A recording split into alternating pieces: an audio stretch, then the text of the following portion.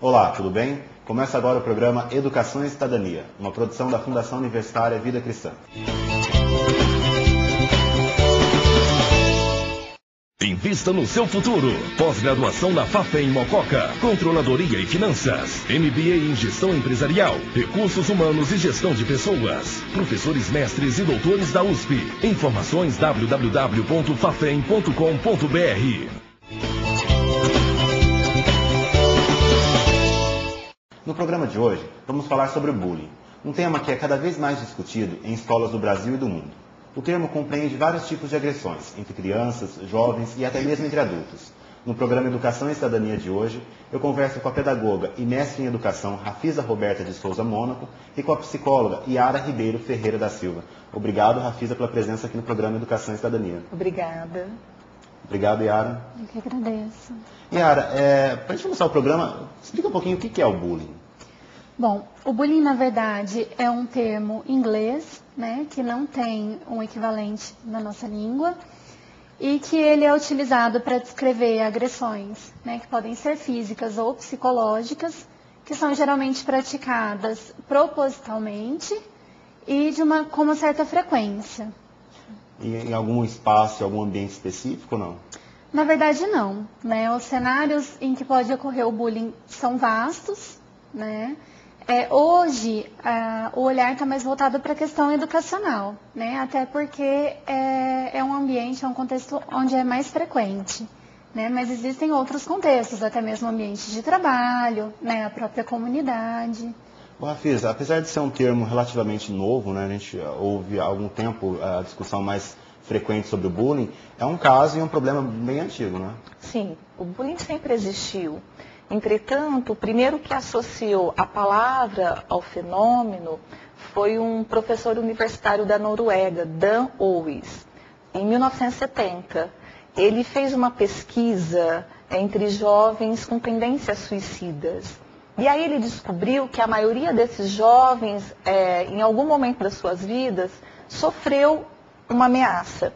E é legal falar também que essa popularidade da prática do bullying se deve ao fato da mídia estar divulgando, então a internet, exatamente. Então há uma divulgação e houve um aumento, a prática do bullying está tomando proporções maiores, então apelidos pejorativos, brincadeiras maldosas e o fato de ter consequências graves, né, como, por exemplo, morte, suicídio, pede-se um olhar cuidadoso e uma discussão mais séria sobre esse fenômeno. Yara, e quais são os tipos mais comuns de bullying?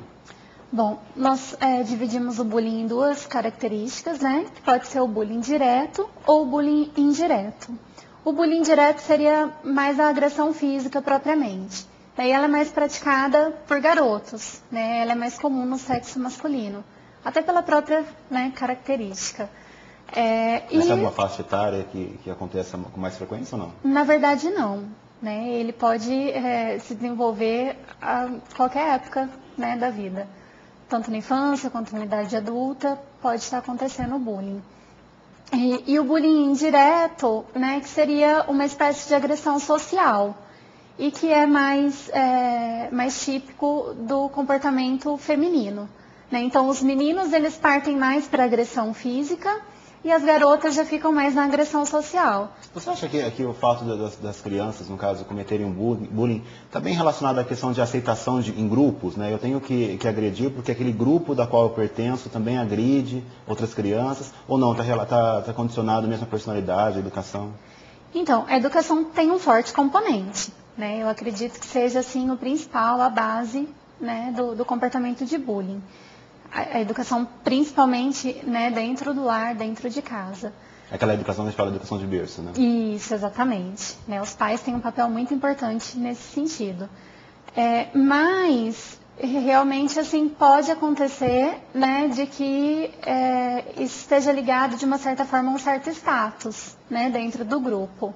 Então, na verdade, o bullying, né, ele está relacionado ao bully, que é o valentão, né? Então, geralmente esse agressor, né, praticante de bullying, ele está buscando um status dentro do grupo. Ele é o valentão, ele vai sobressair nesse grupo e de alguma forma chamar a atenção, né, através desse comportamento de agressividade.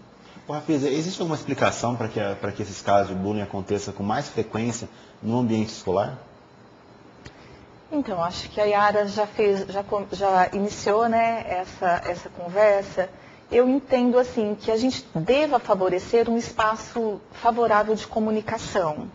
Então, a ausência de conversa, de parar para ouvir, dessa empatia, isso para mim é uma causa. O diálogo, ele é muito importante. Então, o diálogo presente no ambiente escolar, no ambiente familiar, ele é necessário. Porque o que acontece? Quem agride? Uma pessoa que não consegue resolver pelo diálogo sua raiva e suas frustrações. E não está assim preocupado com a dor que ele vai causar ao outro, com o sofrimento que ele vai causar ao outro. Ele reage da forma que ele aprendeu. Então ele não aprendeu a dialogar, ele vai agredir. E normalmente essa atitude, esse comportamento, não é só no ambiente escolar, no ambiente familiar também. Que as coisas se resolvem por agressões verbais, inclusive físicas. A gente vê que a criança, Yara, ela leva adiante muitos exemplos que ela vê dentro de casa, né? É uma repetição de exemplos.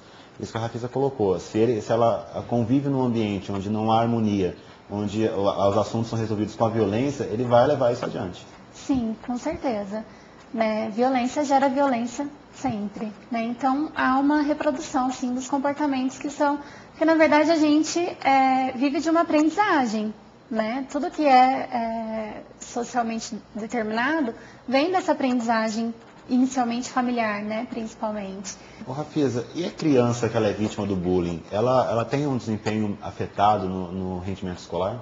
Ela pode ter sim um baixo rendimento, além de isolamento, ela não quer ir à escola, ela pensa em largar os estudos, ela muda de escolas constantemente, ela tem vergonha, ela tem medo de ir à escola. E além de tudo isso, ela pode desenvolver doenças psicossomáticas, ela pode sofrer traumas que interfiram na personalidade, nos traços de personalidade dela e afetar inclusive na emoção, no estado emocional dela, que pode levar a soluções trágicas, matar ou matar-se.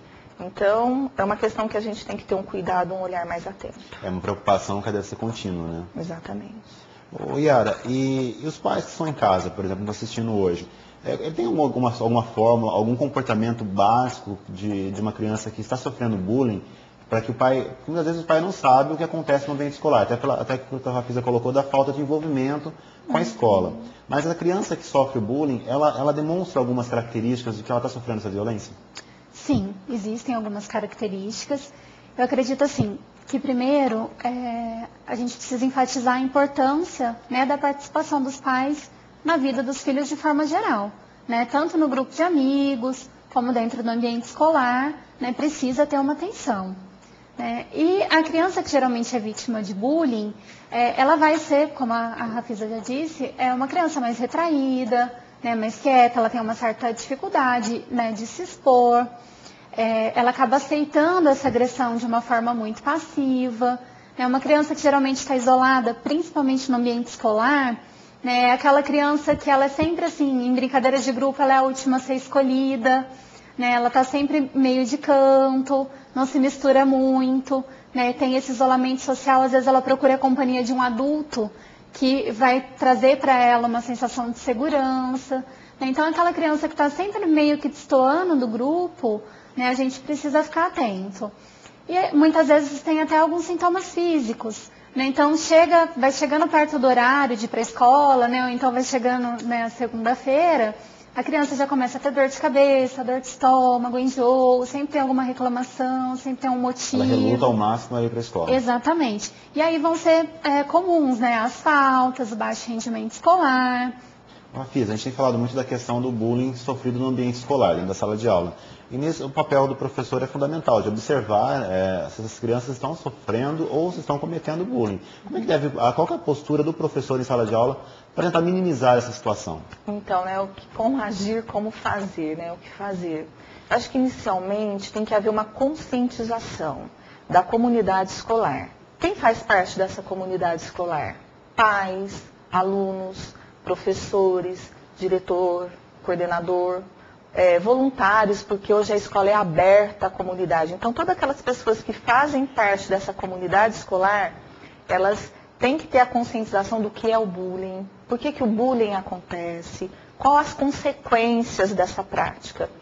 E haver um compromisso para poder combater essa violência. Então, pensar em estratégias, envolvimento em projetos. Então, é muito importante a conscientização e